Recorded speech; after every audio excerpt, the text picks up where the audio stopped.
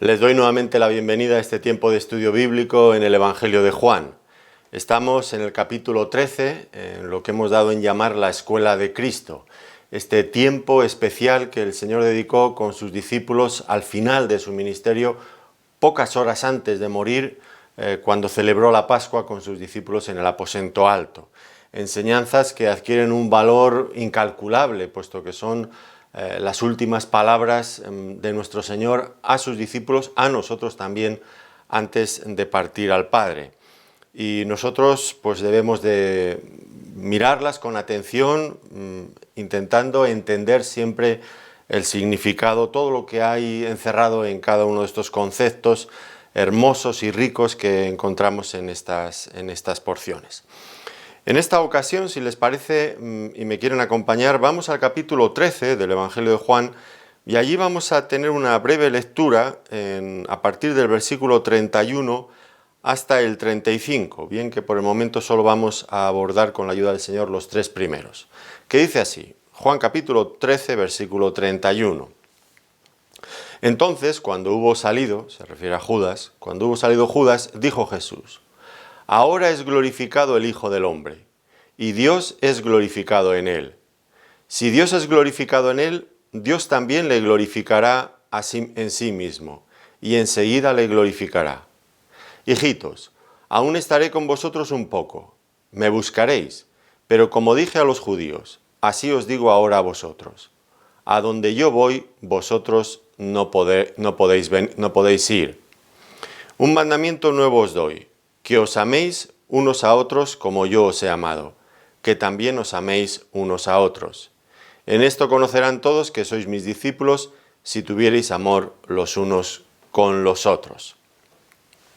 Hemos llamado este estudio, le hemos puesto por título, Dios es glorificado en la cruz de Cristo.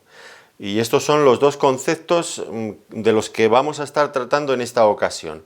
La gloria de Dios manifestada en la cruz de Cristo. La gloria de Dios, la cruz de Cristo. Que en principio puede parecer que son dos cosas incompatibles entre sí. La gloria de Dios en un lugar tan bochornoso, tan terrible como una cruz. Un lugar de ejecución, de vergüenza. Bueno, pues este es nuestro tema. Si empezamos el texto, pues nos fijamos que empezamos igual que terminamos nuestra última sesión, hablando de la salida de Judas. Recuerdan ustedes que Judas ya tenía en su corazón el hecho de entregar a Cristo. El Señor ya lo había anunciado y eso había ocurrido justo al final de la sesión del estudio anterior. Judas había salido y ahora, una vez que hubo salido, pues el Señor ya libre de esa, vamos a decirlo así, desagradable compañía, pues pudo abrir plenamente su corazón con aquel grupo de discípulos que quedaban, con los 11 apóstoles, y les dirigió un conmovedor discurso, una enseñanza increíble que de ninguna manera podemos comparar seguramente con ninguna otra porción de la palabra de Dios. Lo que tenemos por delante, capítulos 13, 14, 15 y 16 del Evangelio de Juan. En cuanto a esto que decía hace un momento, la presencia de Judas, ¿cómo podía limitar la enseñanza del Señor Jesucristo? Bueno, pues cualquiera de ustedes que haya tenido que hablar frente a personas que se oponen, que están en desacuerdo total con sus palabras, con todo lo que usted dice, pues sabe lo difícil que es predicar en esas condiciones. A mí me ha pasado más de una vez estar predicando y habiendo alguna persona en el auditorio haciendo no con la cabeza por un rato, o si predicamos ahora en esta época de predicar por Zoom, pues gente que manda simultáneamente mensajes al chat quejándose de alguna cosa, en fin, siempre hay de todo. Y este tipo de cuestiones pues incomoda y bueno, pues limita también al predicador, que diferente de aquella iglesia donde lo que uno ve son personas que están receptivas al mensaje, que quieren aprender más y están atentos a cada una de las palabras. Bueno, el caso con Judas pues era ese, ¿no? Limitaba, incomodaba realmente, ¿no? Y lo entendemos todos aquellos que hemos tenido que predicar desgraciadamente en esas circunstancias. El mismo evangelista Juan, creo que es hace perfectamente cargo del asunto cuando luego más adelante en su primera carta, en el capítulo 2 y versículo 19, habla de algunos que habían estado por bastante tiempo en la iglesia, pero que no eran creyentes. Fíjense cómo dice allí, ya se habían ido, dice, salieron de nosotros, pero no eran de nosotros, porque si hubieran sido de nosotros, habrían permanecido con nosotros. Yo me imagino lo que habría supuesto estar en aquella iglesia con aquellas personas que siempre estaban cuestionando todo lo que se decía desde el púlpito, presionando y, en fin, malogrando de alguna manera también, o intentándolo al menos, pues que la palabra de Dios corriera con libertad. Pero Juan dice, cuando se fueron, salieron. y parece, no lo dice el texto evidentemente, pero como si hubiera una nota de alivio. Menos mal que se fueron ya. Porque es que no eran creyentes y lo único que hacían era molestar todo el tiempo. Bueno, la presencia de Judas de alguna manera podría ser equiparable con esa situación. ¿Y qué ocurrió? Pues en el aposento alto, una vez que salió Judas, pues que se formó una nueva atmósfera, había un nuevo clima espiritual y el Señor podía empezar a compartir con toda libertad ya todos los planes que Él tenía. Cuando estaba el traidor no era fácil, pero ahora ya sí, podía compartir aquellas verdades hermosas que fluían de su corazón y que tal vez había tenido que callar mientras Judas estaba presente. Y vamos a ver esto, ¿no? Pues un discurso largo, prolongado, ya digo, ya había empezado en el capítulo 13, pero seguirá hasta el capítulo 17 incluido, y prácticamente es el Señor el que habla todo el tiempo, salvo algunas pequeñas interrupciones de los discípulos que no siempre entienden todo lo que el Señor dice o no están siempre de acuerdo y hacen preguntas, pero por lo demás, pues un discurso emocionante. ¿Cuáles van a ser los temas? Lo vamos a ver inmediatamente ya en este estudio. Comienza con el anuncio de su inminente partida. Voy al Padre, voy al Padre. Y por lo tanto esto ya nos da la idea de cuál es el carácter del discurso. Es un discurso de despedida. Y lo que está dejando son sus últimas voluntades. Podríamos decir perfectamente que aquí tenemos el testamento del Señor a favor de sus discípulos, aquello que les dejaba. Una vez que anunciaba que se iba, que partía para estar con el Padre. Por otro lado, pues claro, también el Señor, consciente de la tristeza que esto iba a causar en los discípulos, iba a intentar por todos los medios, pues, animarles, aliviar ese dolor y va, pues, a darles, por un lado, promesas emocionantes, que las tendremos que ver, y también mandamientos que ayudarían para mantener esa cohesión en el grupo y que permitiera el crecimiento sano de la Iglesia. Por ejemplo, este que acabamos de ver, un mandamiento nuevo os doy, que os améis unos a otros como yo os he amado, que también os améis unos a otros. Verdades, promesas, todas ellas con el fin de animarles, de consolarles, de que pudieran seguir adelante y supieran cómo hacerlo. Por lo tanto, muy importante, un testamento del Señor. Similar al que en otras ocasiones pues van a encontrarse en la palabra de Dios. Recuerdan cuando Moisés o cuando Jacob se despedían del pueblo, que hacen un balance a modo de bendición a cada una de las tribus de Israel, y lo mismo podríamos decir, pues por ejemplo, de Josué o de David o del mismo apóstol Pablo. Un testamento a favor de aquellos que quedan todavía en este mundo. Un testamento espiritual nos referimos. Y aquí el Señor pues estaba haciendo esto. Pero a diferencia de esos otros grandes hombres que vivieron en la antigüedad, pues ellos dejaron un testamento y ellos estaban muertos. Pero aquí nos encontramos con las palabras de alguien que vive por los siglos de los siglos, que no está muerto. Es nuestro glorioso Señor Jesucristo, sentado a la diestra de la majestad en las alturas. Glorioso, que vive por los siglos de los siglos. Y entonces, pues eso le da un valor especial a estas palabras. No son las palabras de alguien muerto, sino de alguien que vive. Y esto, pues ya digo, ilumina estas verdades con una luz única, incomparable. Bueno, en cuanto al pasaje, solamente de paso decir que si ustedes lo comparan con los otros evangelios, van a notar una ausencia, y es la institución de la mesa del Señor, de la Santa Cena. Los otros evangelistas la recogen, Juan guarda silencio. ¿Por qué? Bueno, pues una vez más porque Juan, estoy plenamente seguro de que ya conocía los otros evangelios, o por lo menos varios de ellos, si no todos, y ya sabía que los otros evangelistas habían tratado este asunto con todo detalle. Por lo tanto, no era necesario volver a repetir algo que ya conocíamos o que tenemos la posibilidad de conocer por otros medios. Él se centra en un material exclusivo que no encontramos en los otros evangelios, este discurso del Señor. Así que ¿cuál es la conclusión o cuál es el consejo que creo que Juan nos quiere transmitir? Bueno, pues que debemos de leer este evangelio en compañía de los otros evangelios, no exclusivamente, porque si no tendremos una visión muy limitada. Hay que buscar tener esa visión de conjunto. Y ahora ya sí, ahora ya entramos en el tema principal, o uno de los temas principales, la manifestación de la gloria de Dios, versículo 31. Entonces, cuando hubo salido, dijo Jesús: ahora es glorificado el Hijo del Hombre, y Dios es glorificado en él. Si Dios es glorificado en él, Dios también le glorificará en sí mismo y enseguida le glorificará. Tenemos, por lo tanto, este tema, la manifestación de la gloria de Dios. Bueno, era un hecho que desde la encarnación del Señor Jesucristo, desde que apareció en este mundo como hombre, después de haberse encarnado, porque Él eternamente había sido Dios, esto ya lo vimos al comienzo de este Evangelio, pues evidentemente el propósito inequívoco del Señor Jesucristo siempre, la razón de su vida, era glorificar a su Padre Celestial. Y lo había hecho constantemente, obedeciendo en todo.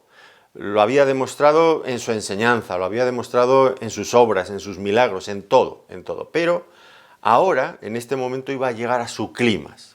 Esta glorificación del Hijo hacia el Padre iba a llegar al clímax. ¿En qué momento? Bueno, pues en los acontecimientos que tenemos inmediatamente por delante, que tienen que ver, evidentemente, con la cruz, con su muerte en la cruz. La cruz traería gloria al Padre y también traería gloria sobre el Hijo. Esto es lo que nos está diciendo aquí. Ahora es glorificado el Hijo del Hombre. Ahora, porque lo que hay justo delante es la cruz.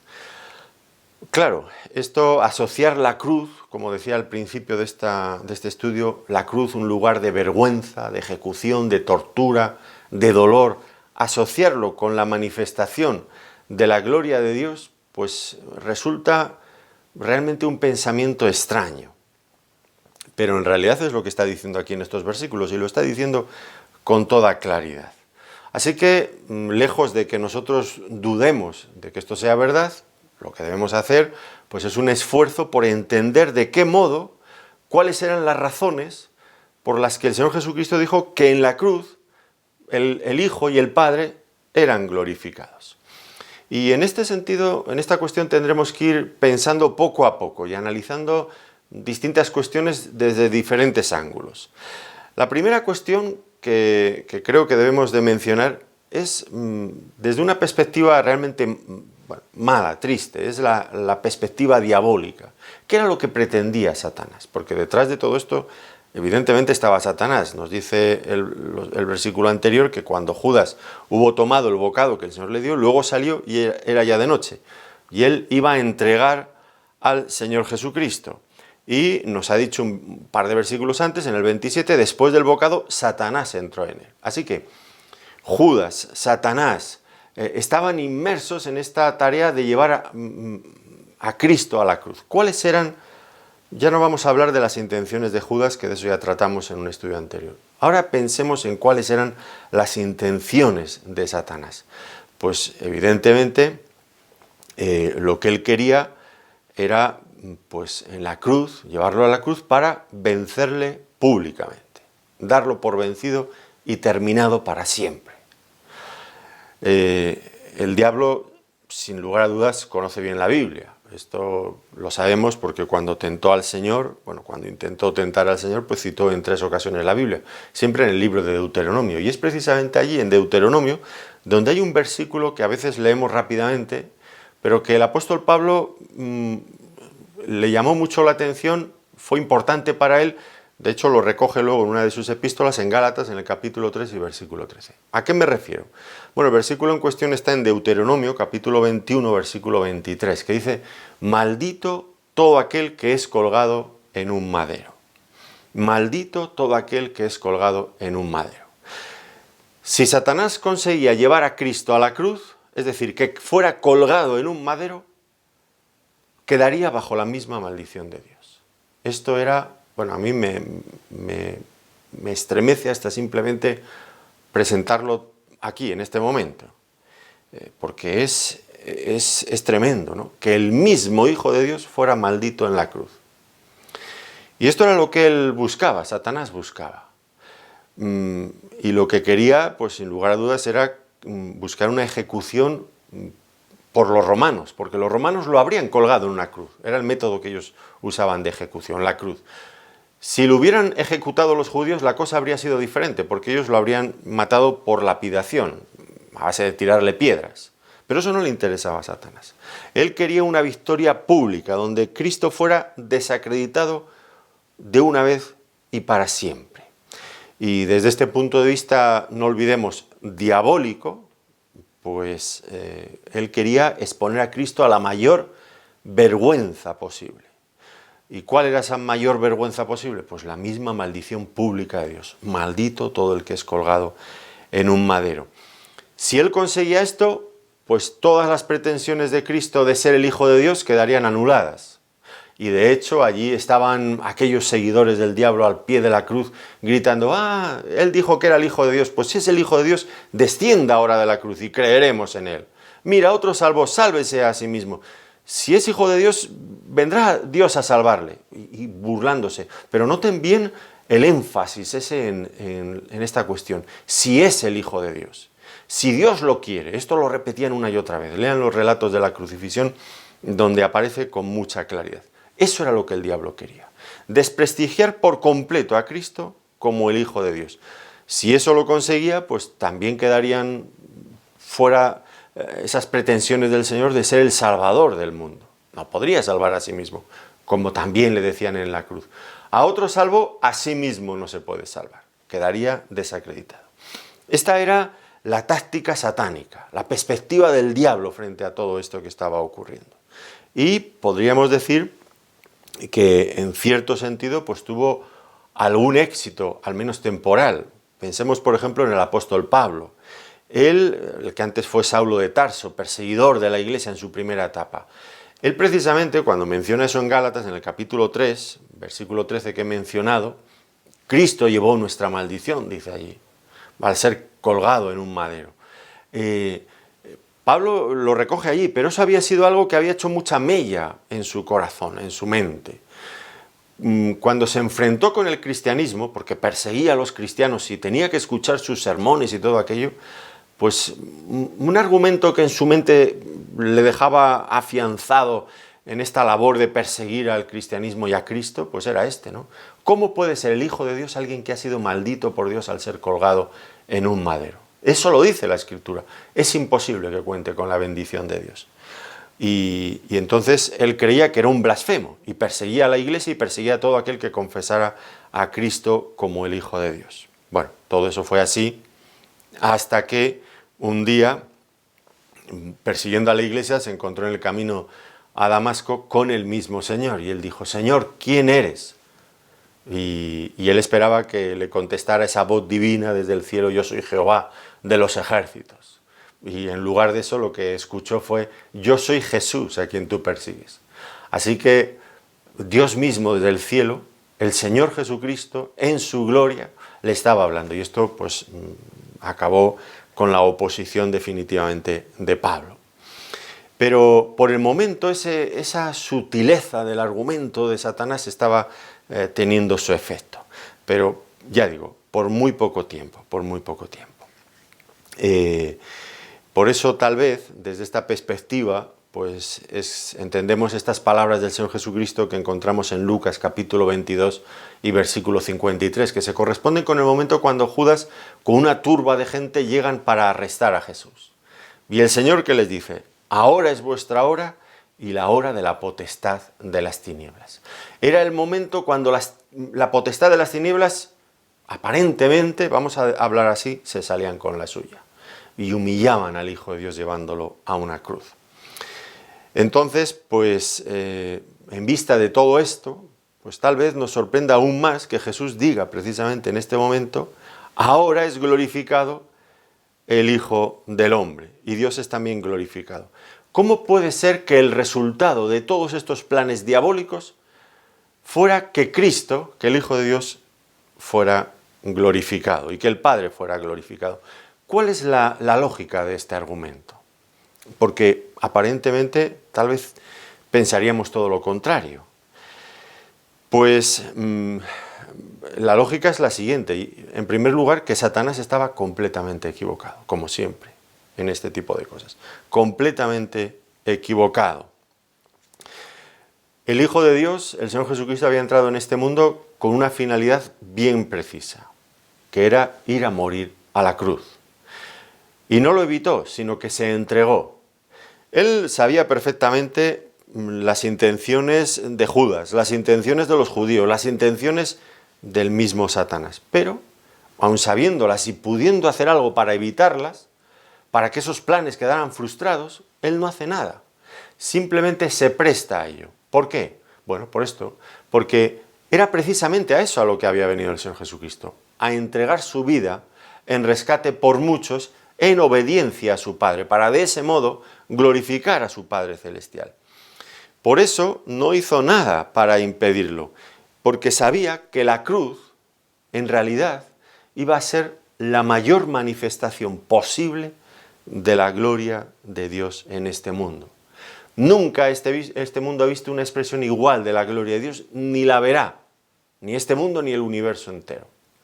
La gloria de Dios manifestada en la cruz. Sí, Satanás creyó que destruía al Hijo de Dios, pero ocurrió, como siempre, todo lo contrario.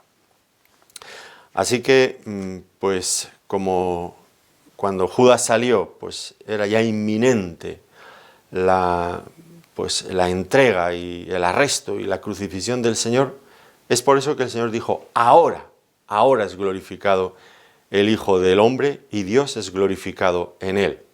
Bueno, de hecho, los que entienden el texto griego dicen que, tal como está escrito, es una acción ya completada, que se podría traducir también: ahora fue glorificado el Hijo de Dios. Ahora, como ya un hecho consumado, porque en realidad en la mente, en el propósito de Dios, ya era algo fijado de antemano en la eternidad y realizado en la mente de Dios.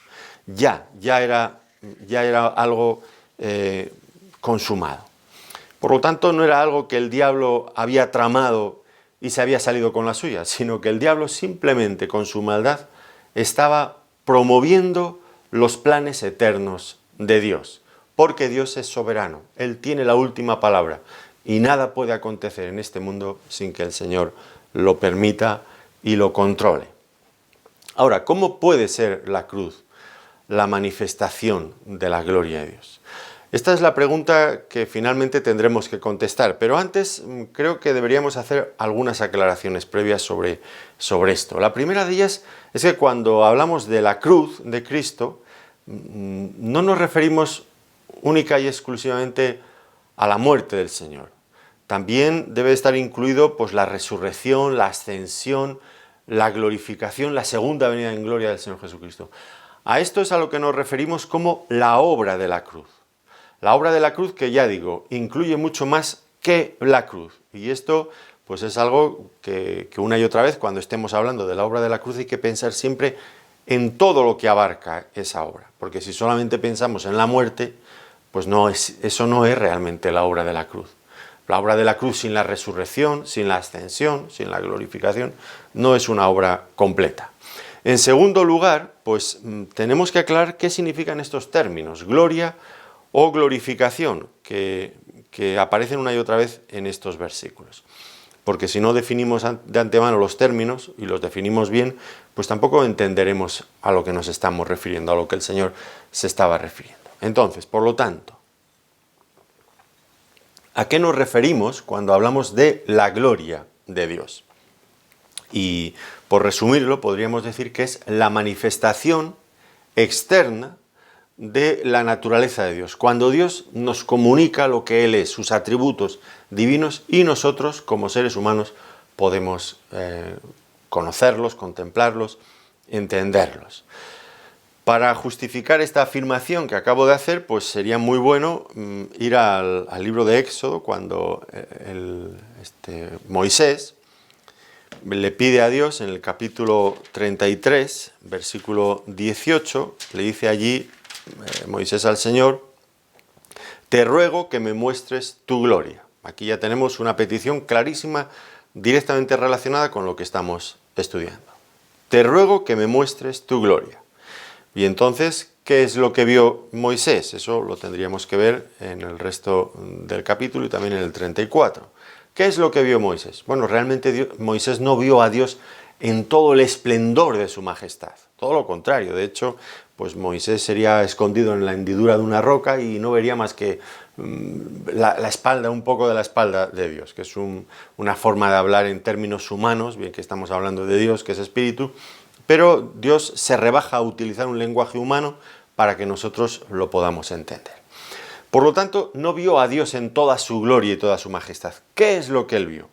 Bueno, nos lo dice el capítulo 34, versículo 5, dice: y Jehová descendió en la nube y estuvo allí con él, proclamando, fíjense bien, proclamando el nombre de Jehová. ¿Cómo le manifestó su gloria? Que era lo que había pedido. Proclamando el nombre de Jehová. ¿Y qué significa el nombre? Bueno, el nombre es precisamente eso, el conjunto de todo lo que Dios es. Todas aquellas cosas que vienen a nuestra mente cuando hablamos de Dios. Lo que podemos conocer de Él, que nos es comunicado, que podemos entender. Y la prueba la tenemos justo a continuación, versículos 6 y 7. Veamos cómo lo que Dios realmente le mostró a Moisés fueron sus atributos. Aquí tenemos una buena lista de ellos. Y pasando Jehová por delante de él, proclamó: Jehová, Jehová, fuerte, misericordioso y piadoso, tardo para la ira y grande en misericordia y verdad, que guarda misericordia a millares, que perdona la iniquidad, la rebelión y el pecado, y que de ningún modo tendrá por inocente al malvado, que visita la iniquidad de los padres sobre los hijos y sobre los hijos de los hijos hasta la tercera y cuarta generación. Por lo tanto, si nosotros volvemos otra vez a analizar el asunto, ¿qué le contestó Dios a Moisés cuando él le pidió: muéstrame tu gloria? Lo que le mostró fueron los atributos de Dios. Aquellos atributos de Dios que sí que pueden ser comunicados al ser humano, porque hay otras cosas que Dios es que nosotros tal vez nunca llegaremos a entender, seguramente, seguro, porque Dios es eterno, es infinito. Por lo tanto, aquí, en este momento, cuando ya volviendo al Evangelio de Juan, se nos dice que ahora es glorificado el Hijo de Dios, pues y apuntando hacia la cruz, lo que debemos de entender es que en la cruz se manifiestan con toda nitidez los atributos de Dios. Y en tercer lugar, pues un hecho que también queda muy claro, es que la cruz revela no solamente la gloria del Padre, sino también la del Hijo. El Hijo glorifica al Padre. ¿Cómo? Pues por su obediencia, por el sacrificio de su propia vida, entregándose. Y el Padre responde glorificando al Hijo. ¿Cómo? Por medio de la resurrección, vindicándolo, de la ascensión, sentándolo a la diestra de la majestad en las alturas. Esto pues viene en la misma línea de lo que ya hemos visto a lo largo de todo este Evangelio, que el Padre y el Hijo son uno solo. Y ambos comparten la gloria, ambos tienen el mismo pensamiento, el mismo sentir, los mismos propósitos, la misma finalidad en lo que hacen. Y ahora ya sí vamos a considerar cómo algunos aspectos de cómo la cruz de Cristo revela el corazón, el ser de Dios, los atributos de Dios.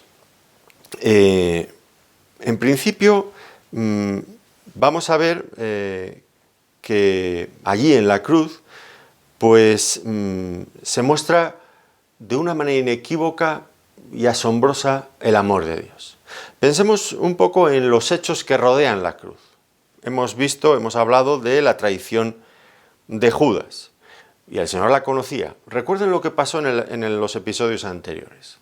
El Señor, sabiendo perfectamente los pensamientos que Judas tenía, Él seguía amando a Judas. Y en aquel momento cumbre en la cena, el Señor toma un bocado de pan, lo moja en aquella salsa y distingue en un acto claro a Judas como alguien a quien el Señor quería honrar y quería expresarle su amor y su lealtad.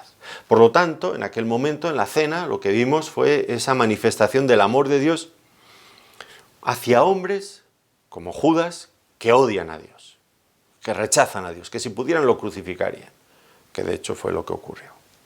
Pero, en todo caso, ese detalle con Judas, ahí en la mesa, con ser algo que a nosotros nos impacta profundamente, porque no es la manera en la que nosotros procedemos, ¿verdad?, con alguien que nos odia y que nos busca, que quiere buscar nuestra ruina, pues aunque nos impacta mucho, en realidad ese es un detalle minúsculo, insignificante cuando lo comparamos con lo que estaba ocurriendo, con lo que iba a ocurrir realmente en la cruz. Allí lo que vemos es que mientras los hombres malvados estaban clavando las manos del Hijo de Dios en aquella cruz, ¿qué decía el Señor? Padre, perdónalos porque no saben lo que hacen. ¿Y por qué estaba muriendo Cristo en la cruz? Precisamente para eso, para alcanzar, para conseguir el perdón de Dios para los hombres. Por lo tanto, aquí no solamente vemos manifestado el amor de Dios, también es una contestación clara y contundente al mismo diablo. ¿Y por qué digo esto? Bueno, porque desde el momento en que Satanás se presentó en el huerto del Edén a Adán y Eva, él trajo un pensamiento a la humanidad. Era su propósito y lo consiguió.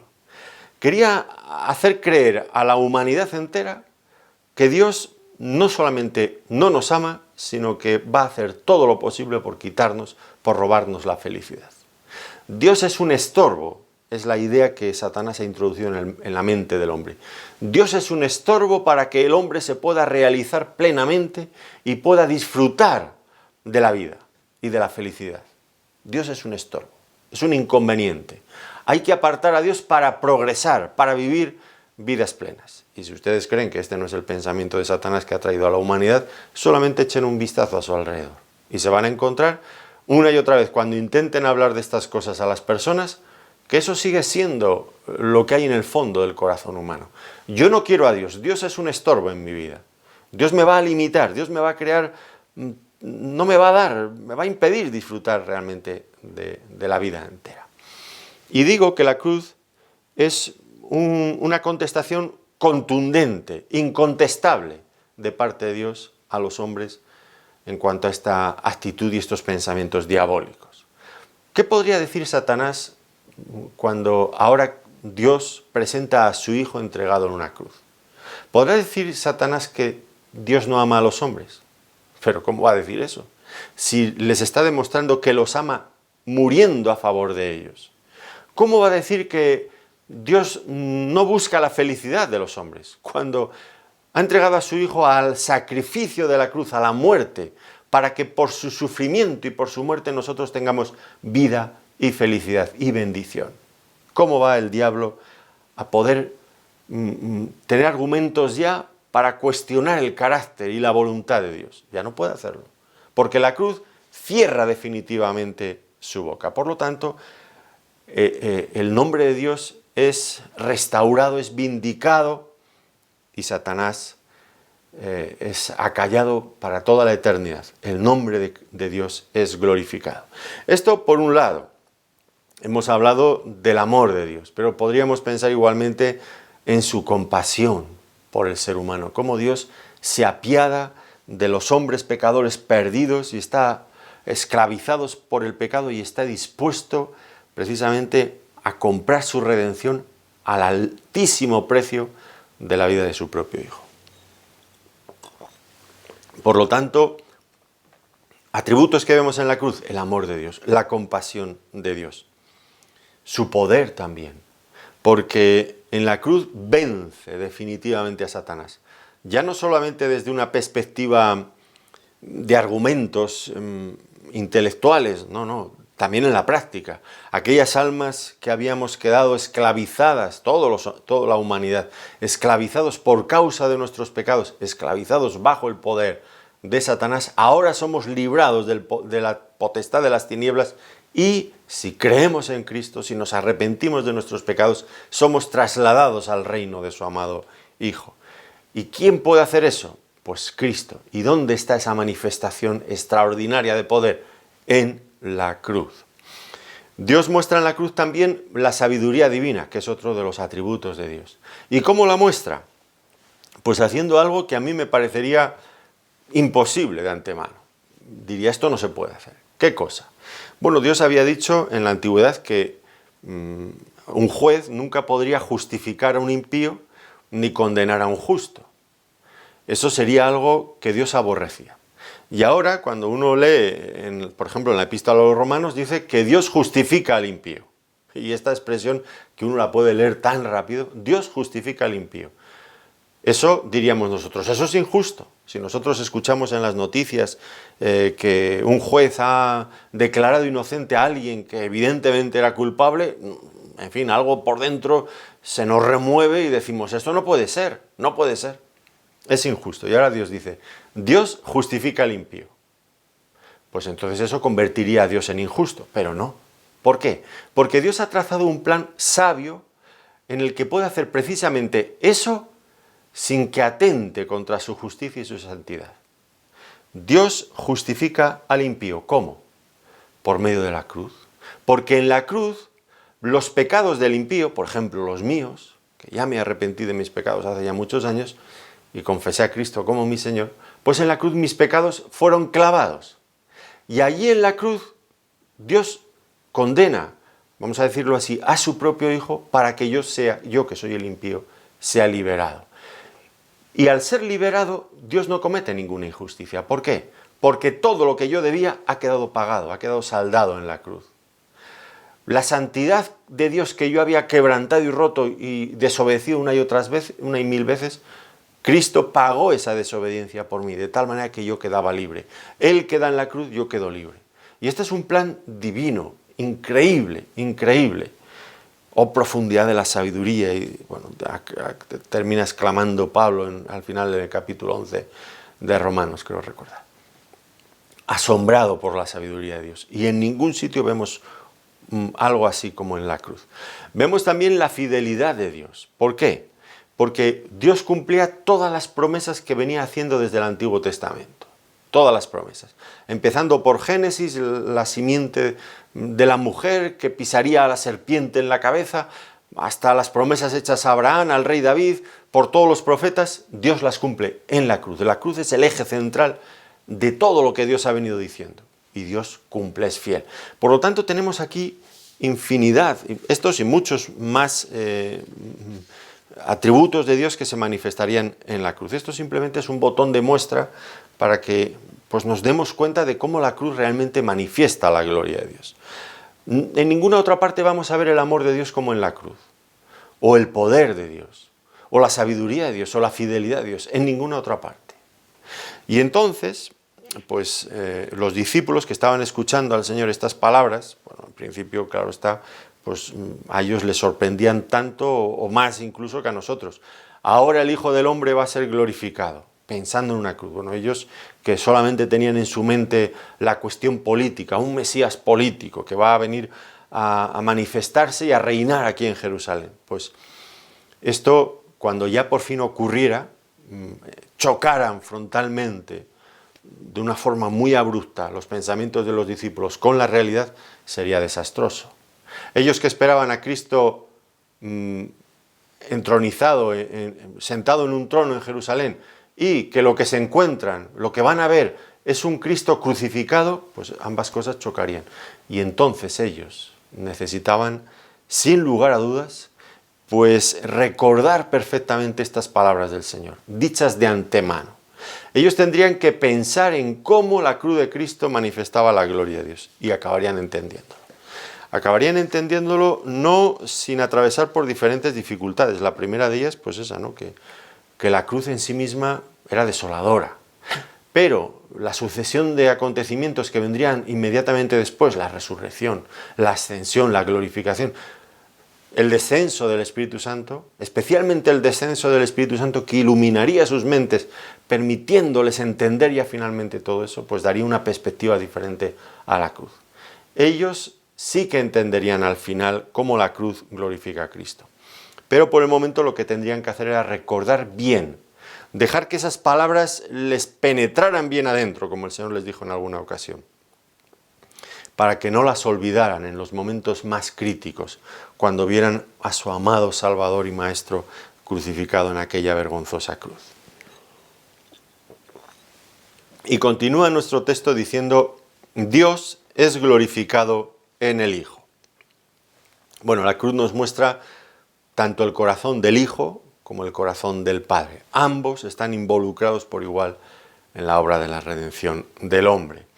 Y la obra del Hijo en la cruz sirve para mostrar también la gloria del Padre. Y con esto pues se destaca una vez más esta perfecta armonía entre las personas de la Trinidad. Aunque notemos bien que aunque son uno en esencia, en realidad se trata de dos personas diferentes, porque de otro modo pues sería imposible que el uno glorificara al otro. Uno en esencia, pero dos personas. Ahora no me pidan que yo explique esto porque no sería capaz, ni yo y seguramente nadie en este mundo. Pero también es una pretensión muy grande que alguien nos pida explicar perfectamente a los hombres la esencia de la naturaleza de Dios, de un ser infinitamente superior a nosotros. Es que aunque yo lograra explicarlo, que no es el caso, ya he dicho, pues las personas tampoco lograrían entenderlo.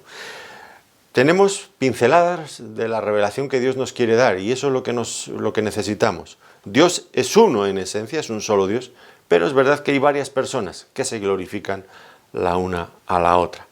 Y por otro lado, pues un detalle también interesante es que el Padre glorifica al Hijo, el Hijo glorifica al Padre. No se glorifican a sí mismos.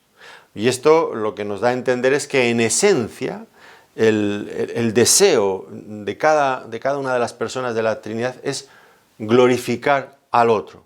Su existencia no es para sí mismo, sino para el otro, para la gloria del otro. Qué ejemplo más hermoso y más exacto de lo que también nosotros deberíamos de imitar, hacer nuestra esto mismo como la razón de nuestra existencia, de nuestra vida. Por lo tanto, aquí, según venimos diciendo, según va explicando el Señor Jesucristo, la cruz es el ejemplo supremo de lo que significa dar gloria a Dios. La cruz es el ejemplo supremo de lo que significa dar gloria a Dios. Por la obediencia hasta la muerte del Señor Jesucristo, entregándolo todo. Y es muy importante esto que estoy diciendo, porque hay muchas personas en nuestro mundo moderno, incluso incomprensiblemente dentro de lo que se llama la cristiandad, que no entienden y que tampoco valoran la obra de la cruz de Cristo. La cruz les parece algo grotesco y así lo ven y te lo dicen además. No ven gloria en la cruz, pero luego se creen grandes adoradores. Miren, es imposible adorar a Dios realmente sin entender la importancia de la cruz, sin haber visto la gloria de Dios manifestada en la cruz de Cristo. Es imposible la adoración a Dios sin pasar por la cruz. Y lamento mucho que cada vez hay menos compositores de música cristiana, de música con temática cristiana, que tengan como tema central en sus cánticos la cruz de Cristo. Miren ustedes, en las canciones que están de moda entre estos que se llaman ahora grandes adoradores, busque usted cuántas de ellas tratan de la cruz de Cristo, de los sufrimientos de Cristo, de lo que Cristo hizo, de lo que Cristo ganó en la cruz para nosotros, de lo que significa la cruz. Y verá que son muy, muy escasos. Bueno, esto lo dejo a modo de reflexión. En nuestro pasaje continúa diciendo: Dios también le glorificará en sí mismo.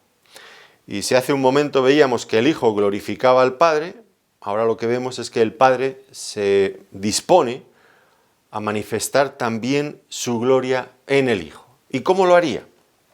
Bueno, pues probablemente lo más seguro es decir que la referencia aquí tiene que ver a la resurrección de Cristo.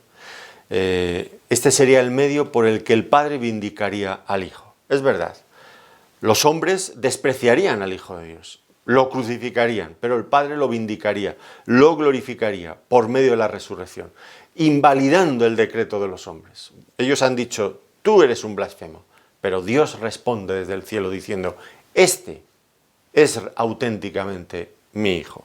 Por lo tanto, eso implicaría la glorificación del Hijo. La resurrección junto con la ascensión y la invitación del Padre al Hijo a sentarse a la diestra de la majestad en las alturas, ocupando el mismo trono de la divinidad en el cielo. Y eso era la manera en la que el Padre glorificaría al Hijo. Y notemos también que no se trata aquí de un acontecimiento muy lejano, al final de los días, cuando el Señor vuelva en su segunda venida. No se trata de eso. Por supuesto, aquello también será una vindicación visible para toda la humanidad, sin lugar a dudas. Pero aquí nos dice que enseguida le glorificará, dice al final del versículo 32, dando a entender que es un hecho que va a ocurrir de manera inminente.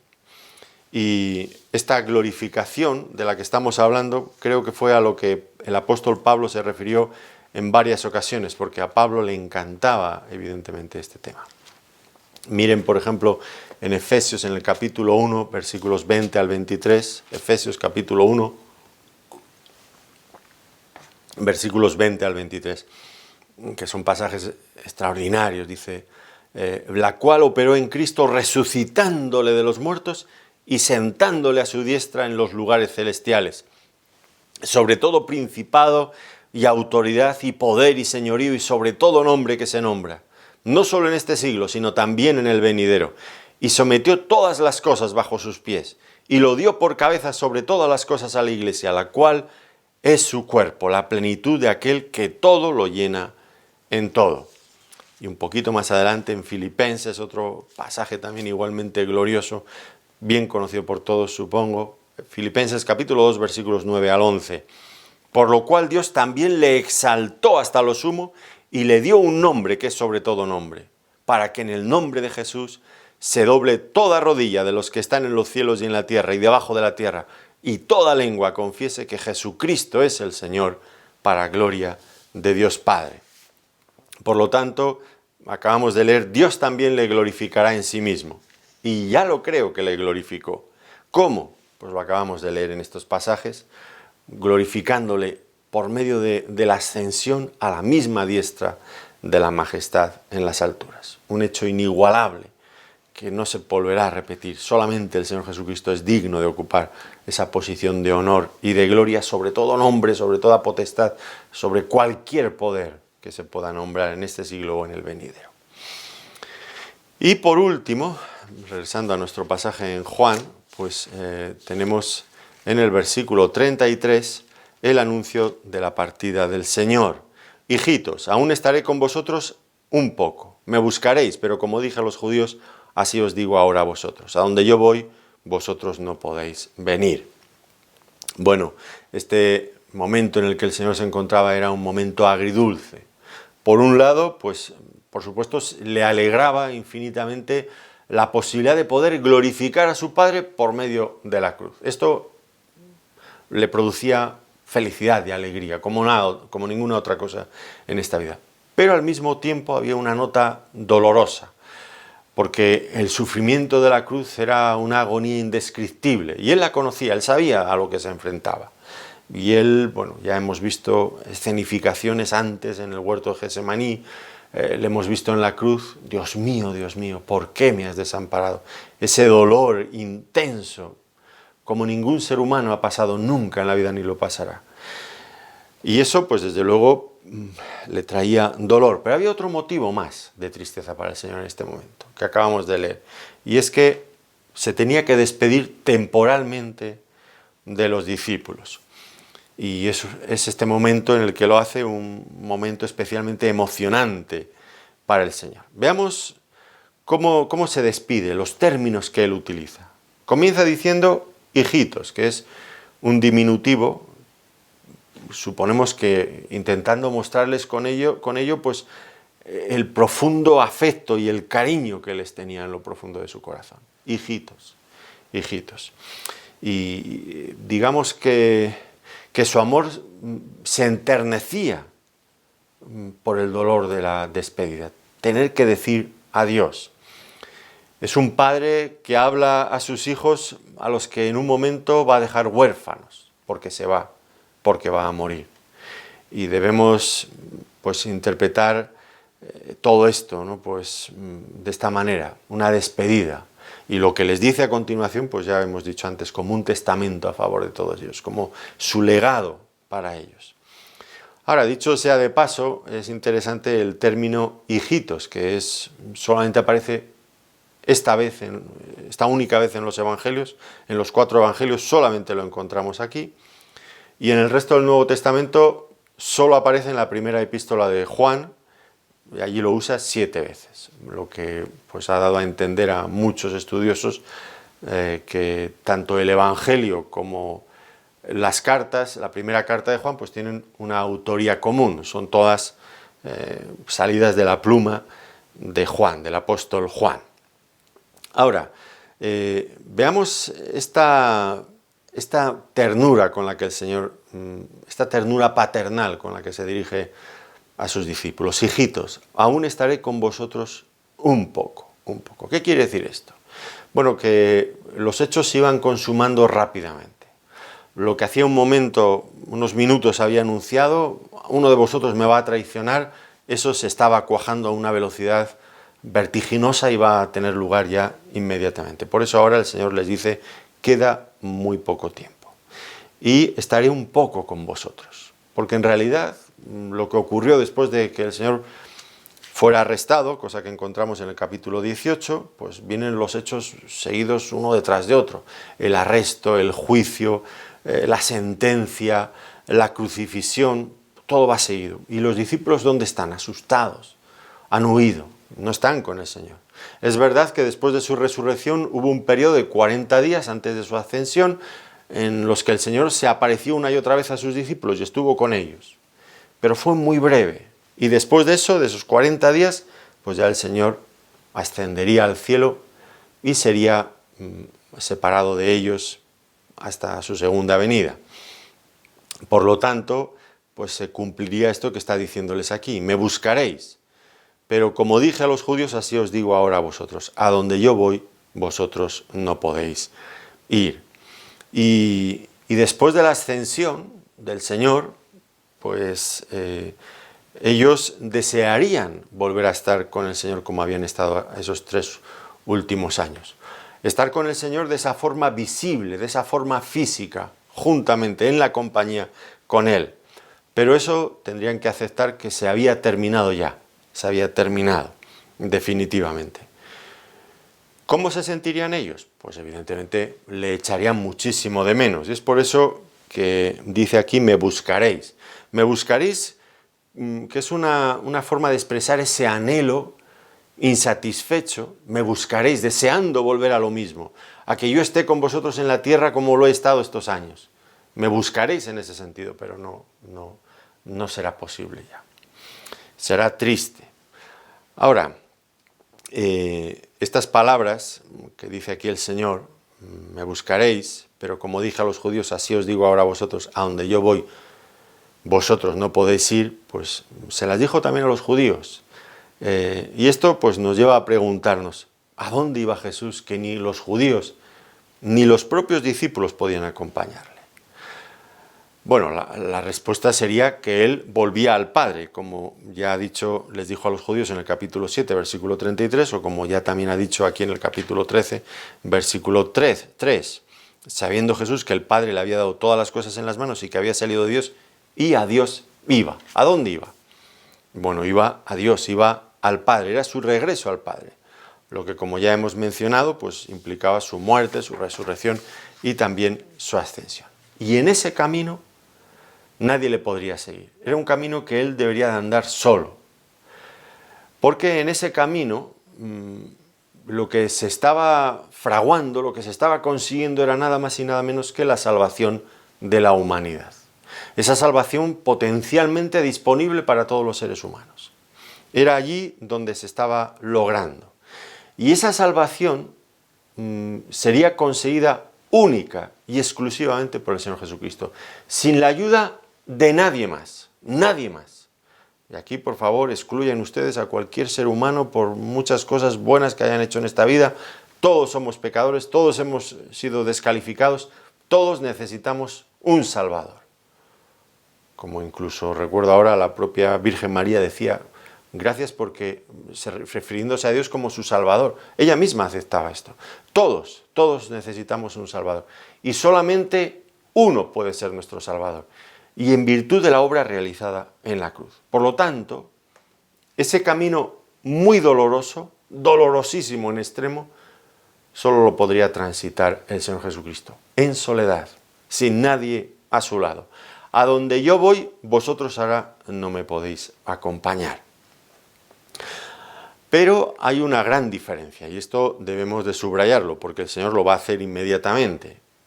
Una diferencia en relación a los judíos, a lo que les había dicho a los judíos. ¿Qué les había dicho a los judíos? Pues miren, en el capítulo 8, versículos 21 y 24, les dijo, en vuestro pecado moriréis. A donde yo voy, vosotros no podéis venir. En vuestro pecado moriréis.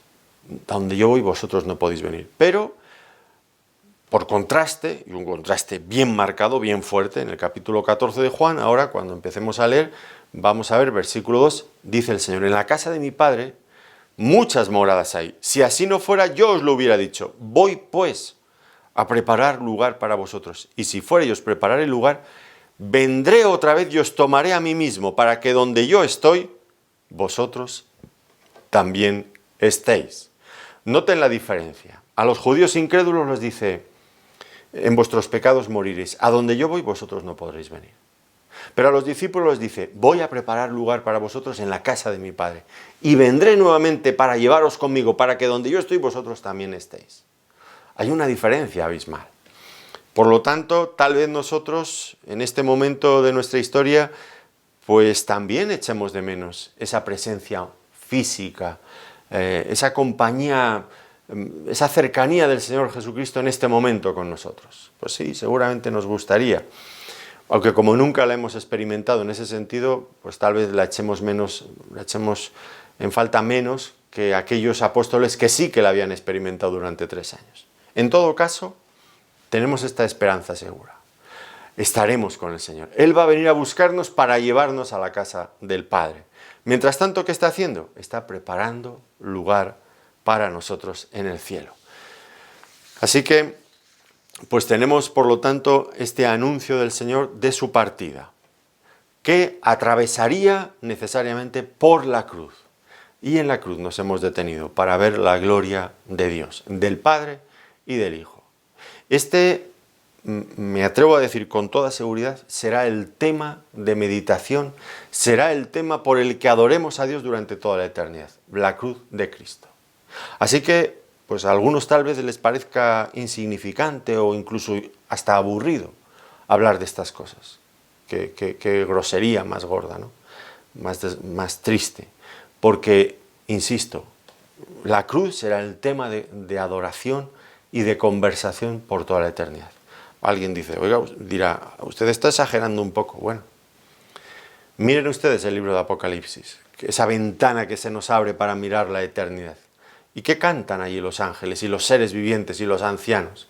Miren y verán a Cristo como un cordero, como inmolado, en clara referencia a la cruz. Y verán una y otra vez las referencias a la cruz a lo largo de todo ese libro. Porque la cruz tiene mucha más importancia en la Biblia que la que tal vez se le da hoy en nuestros días en el cristianismo actual. Nosotros debemos de recuperar, de volver a sondear, de volver a estudiar una y otra vez hasta que lo veamos con claridad, la gloria de Dios manifestada en la cruz de Cristo.